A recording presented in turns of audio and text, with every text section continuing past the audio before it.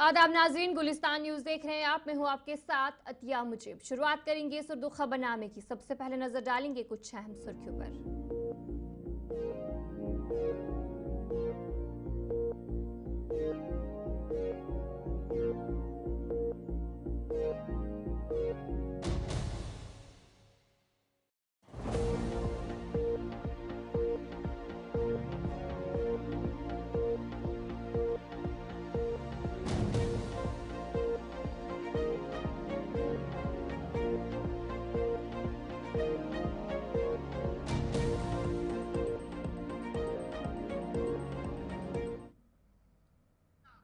तो चलिए थी कुछ अहम सुर्खियां। आप दीगर खबरों की तरफ भी रुख करेंगे, जहां पर शुरुआत करेंगे वक्फ तरमीमी कानून के हवाले से, जहां पर सुप्रीम कोर्ट में आज दूसरे रोज भी समाअत जारी है।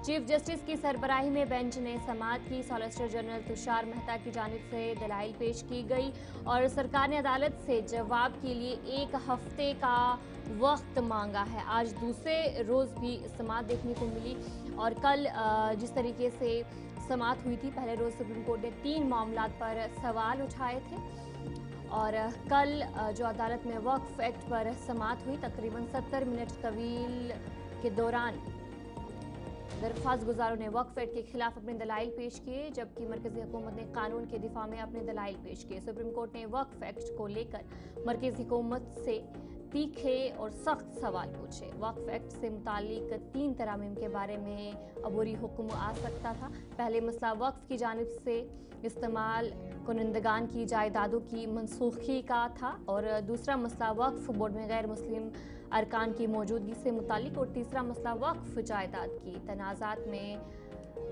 कलेक्टर को दिए गए इख्तियार के मुताबिक, यानी कि जो 3 मसले थे कल जिस पर बात की गई और वहीं पर सरकार से ने जो अदालत से उन्होंने सरकार ने अब जवाब के लिए 1 हफ्ते का वक्त मांगा है। मरकजी हुकूमत ने अबूरी हुक्म जारी करने से पहले उनकी दलाइल सुनने की अपील की थी, तहम वक्त की कमी की वजह से सुप्रीम कोर्ट ने वक्फ एक्ट की समाअत कल मुलतवी कर दी गई थी और आज दोपहर 2 बजे फिर से जो समाअत है वो शुरू हुई और इसी बीच सरकार ने अदालत से जवाब के लिए अब 1 हफ्ते का वक्त मांगा।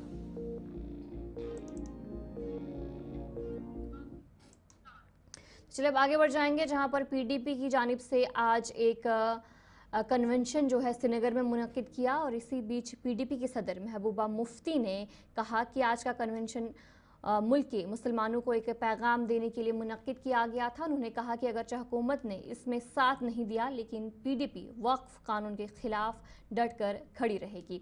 साबिक रॉ के सरबराह एएस डुलिट के हालिया बयानात पर तबसरा करते हुए उन्होंने कहा कि उन्हें कोई हैरत नहीं है, नेशनल कॉन्फ्रेंस ने 1990 की दहाई से कश्मीरियों के साथ धोखा किया है।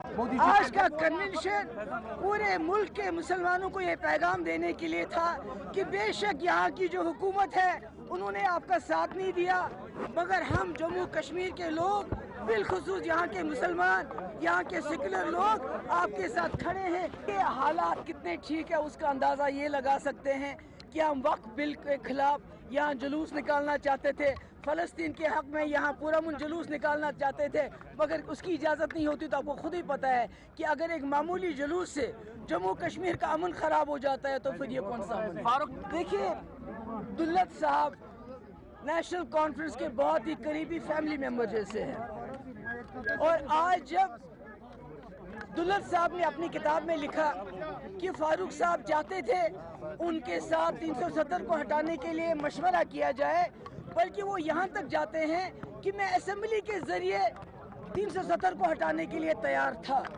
मगर मुझसे मशवरा नहीं किया गया। ये कोई पहली बात नहीं है।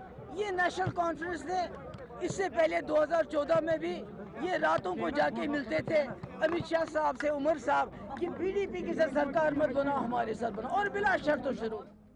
इस मौके पर पीडीपी रहनुमा इल्तिजा मुफ्ती ने कहा कि एएस डुलिट का ताल्लुक डॉक्टर फारूक अब्दुल्ला के साथ हमेशा करीबी रहा है।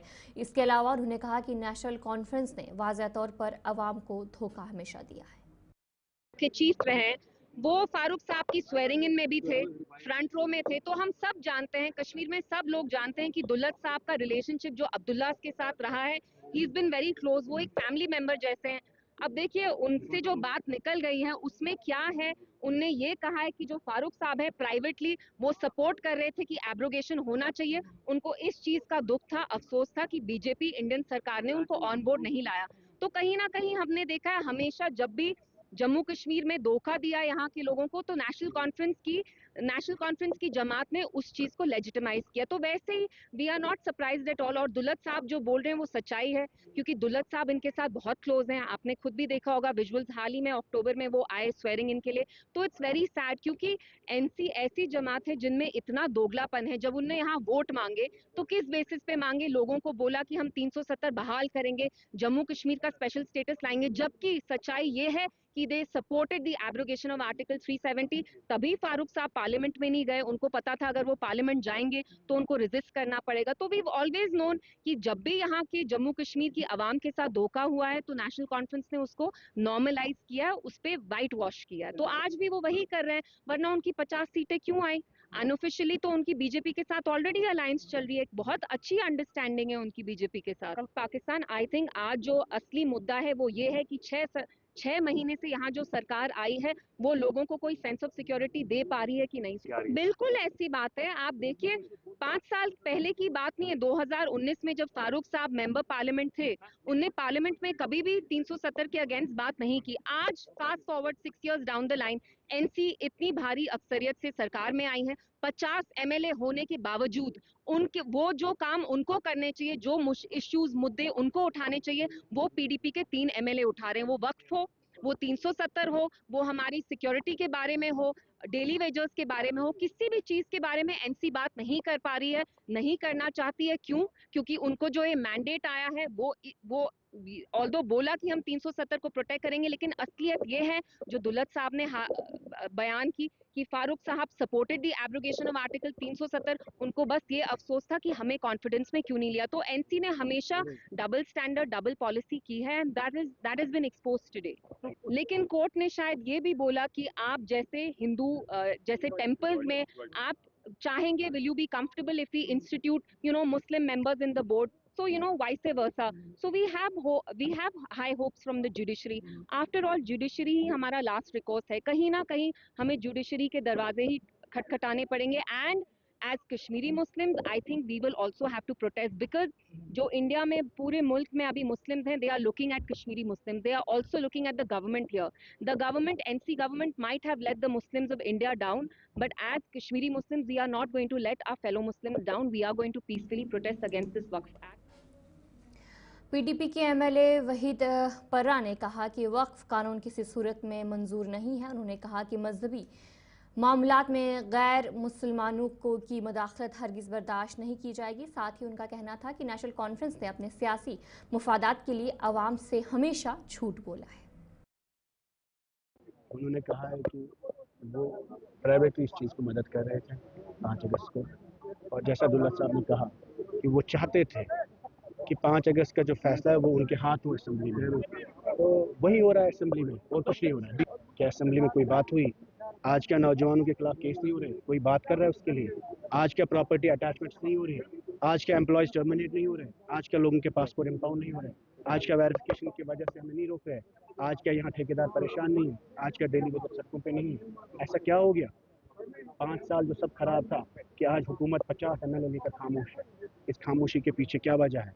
अगर आपने 5 अगस्त 2019 में कोई डील किया, आपको कौम से माफ़ी मांगनी चाहिए, और हम सबको बोलना चाहिए। हम नहीं बोलते फारूक साहब, हम सबके बारे में हमें भी उम्मीदें हैं, हमने भी वोट दिए हैं। मुझे बताइए इस वक्त उन लोगों ने जम्मू कश्मीर में वोट दिया जिन्होंने कभी वोट नहीं डाला, जो बाइकआउट के साथ, और बहुत लोगों ने कुर्बानियाँ दी हैं। अगर नेशनल कॉन्फ्रेंस ने कोई ऐसी चीज़ की है तो उन्हें कौम को क्लियरली बोलना चाहिए कि हमारी अंडरस्टैंडिंग्स क्या थी, किस चीज़ पे मबनी थी। हमने अलायंस किया, हमने अलायंस में क्लियरली एजेंडा का लाइन रहा, कोई अंडरग्राउंड चीज़ नहीं थी।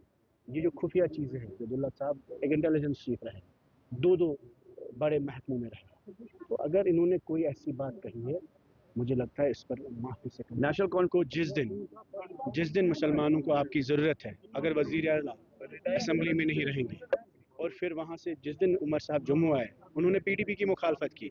क्या वक़्फ़ की बिल पीडीपी ने की? महबूबा जी चीफ मिनिस्टर है, क्या उन्होंने पार्लियामेंट में पेश की?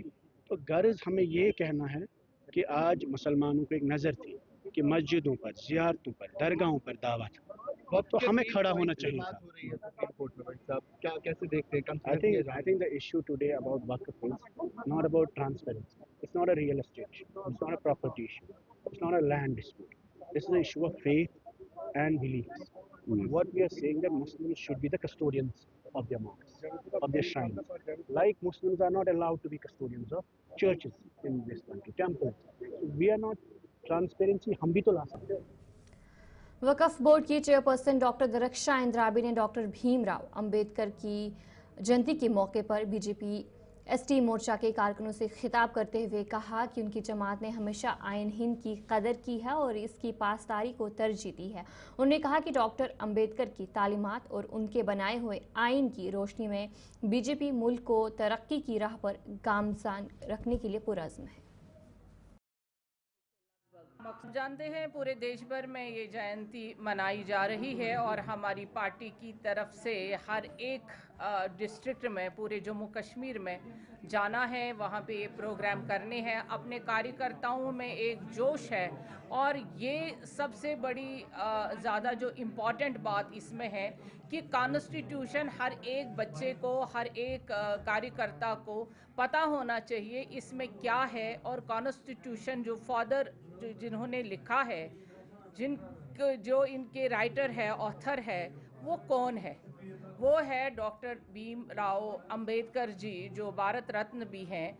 उन्होंने इस कॉन्स्टिट्यूशन को हर उस सिटीज़न के लिए लिखा है जो वाकई में, जब हम हिंदुस्तान और भारत की बात करते हैं, अपने भारत देश की, तो हम तभी यहाँ पे हैं, हिंदू, मुसलमान, सिख, ईसाई, जितने भी लोग हैं और जिन जातियों के हैं और जिन लैंग्वेजेस को हम बोलते हैं, हम अपने आप को एक महसूस करते हैं।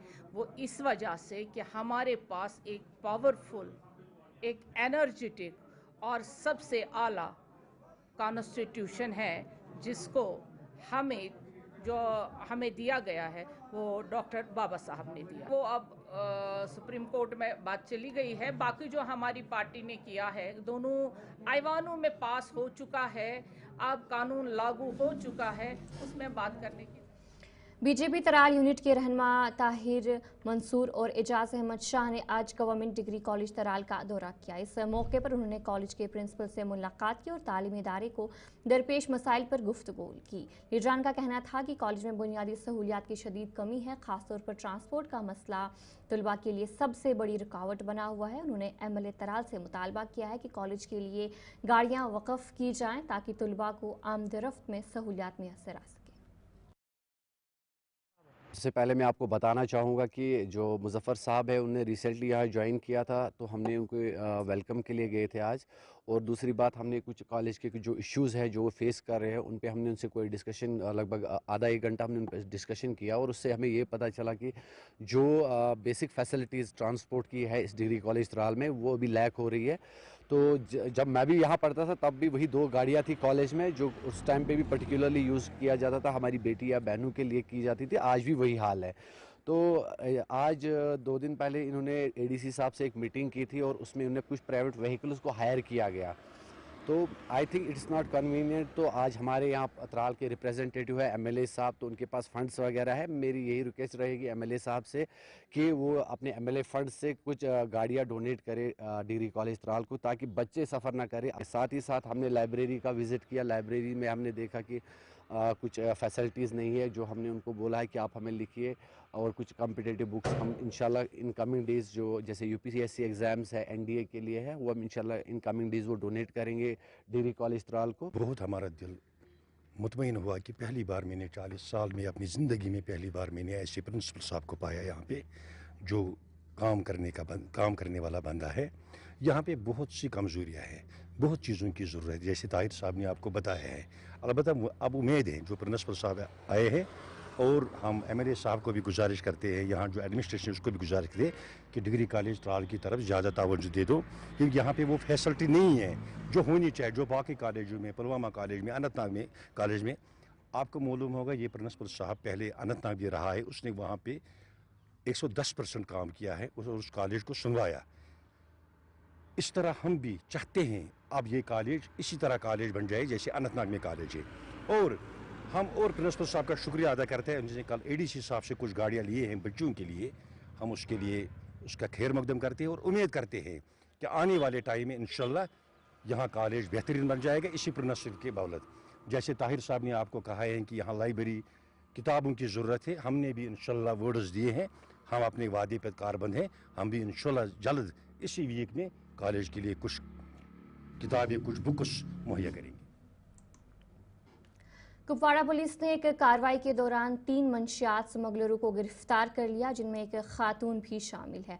मुलजमान के कब्जे से मंशियात भी बरामद की गई हैं। पुलिस का कहना है कि मुलजमान का ताल्लुक जनूबी कश्मीर से है और वो काफ़ी अरसे से इस गैर कानूनी कारोबार में मुलविस थे और इस हवाले से मज़ीद तहकीकात भी पुलिस की तरफ से की जा रही है।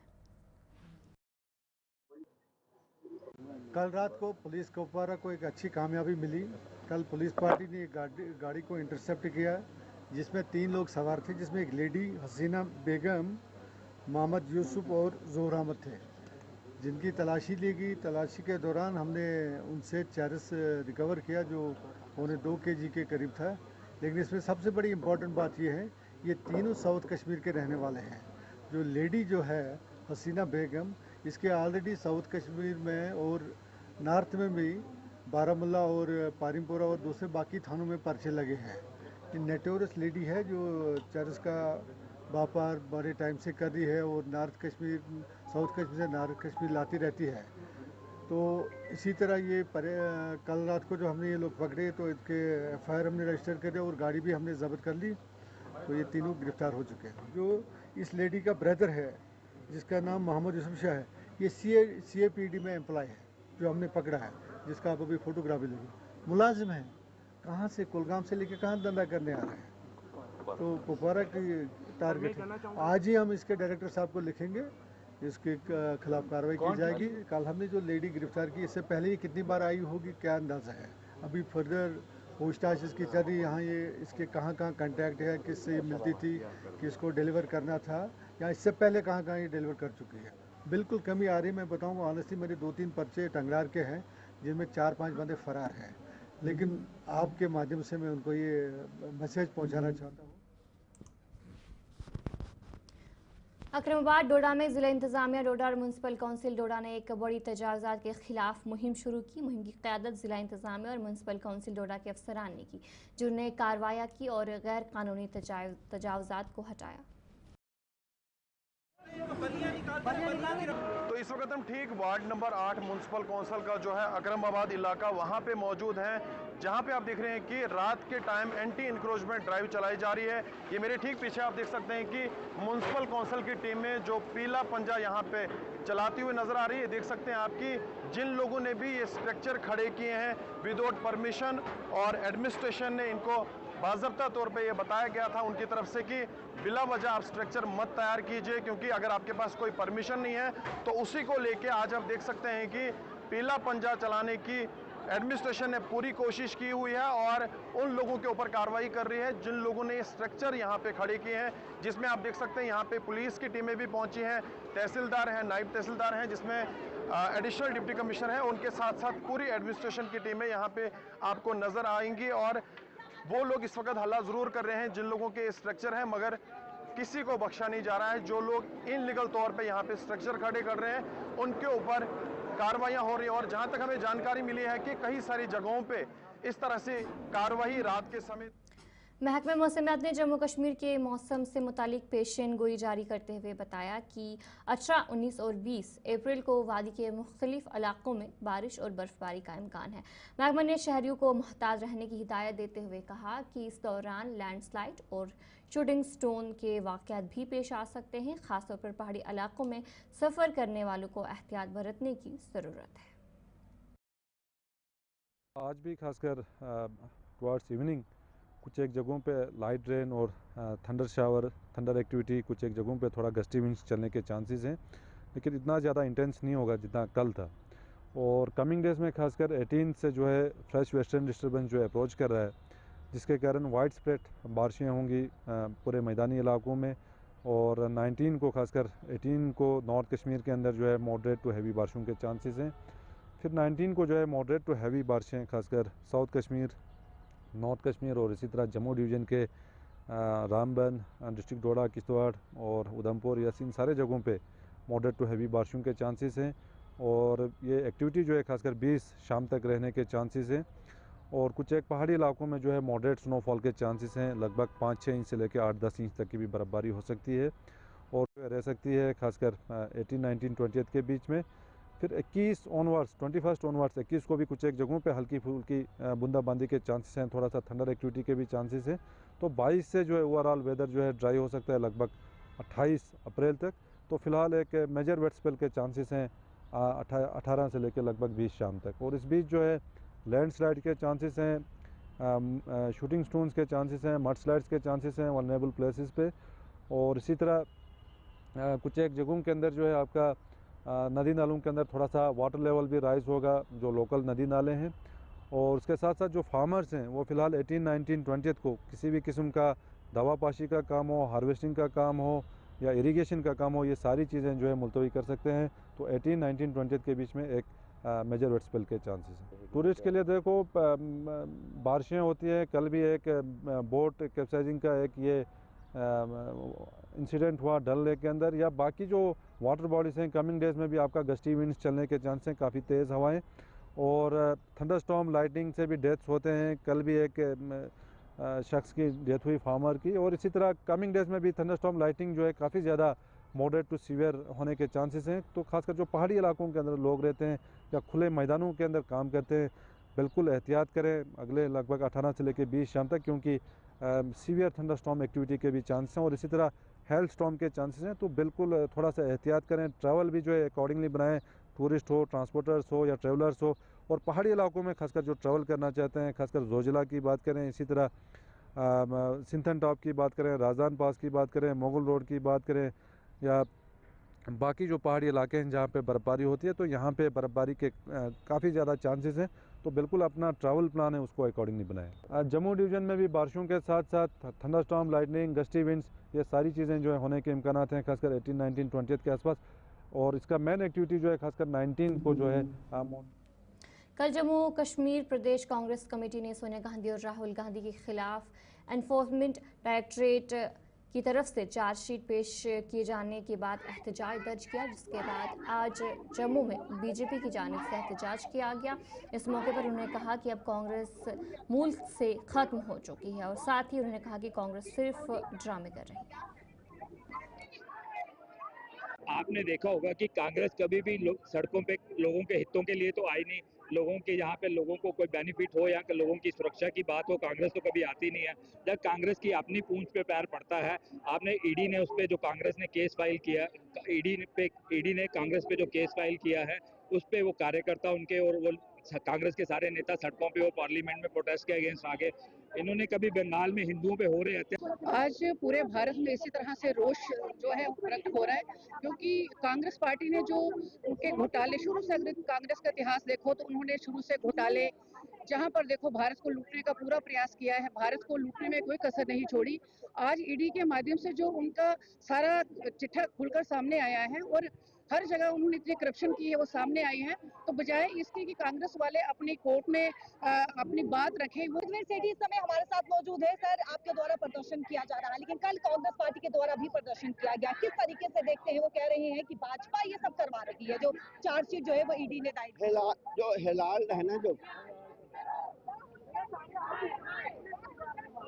वो मिनी मिर्ची मशीन है, वो ऐसी मशीन है जिसने पूरे देश भर के अंदर से लोगों का, कांग्रेस के कार्यकर्ताओं का। तो चलिए इस उर्दू खबरनामे में इतना ही। अभी के लिए मुझे दीजिए इजाजत और आप बने रहिए गुलिस्तान न्यूज़ के साथ।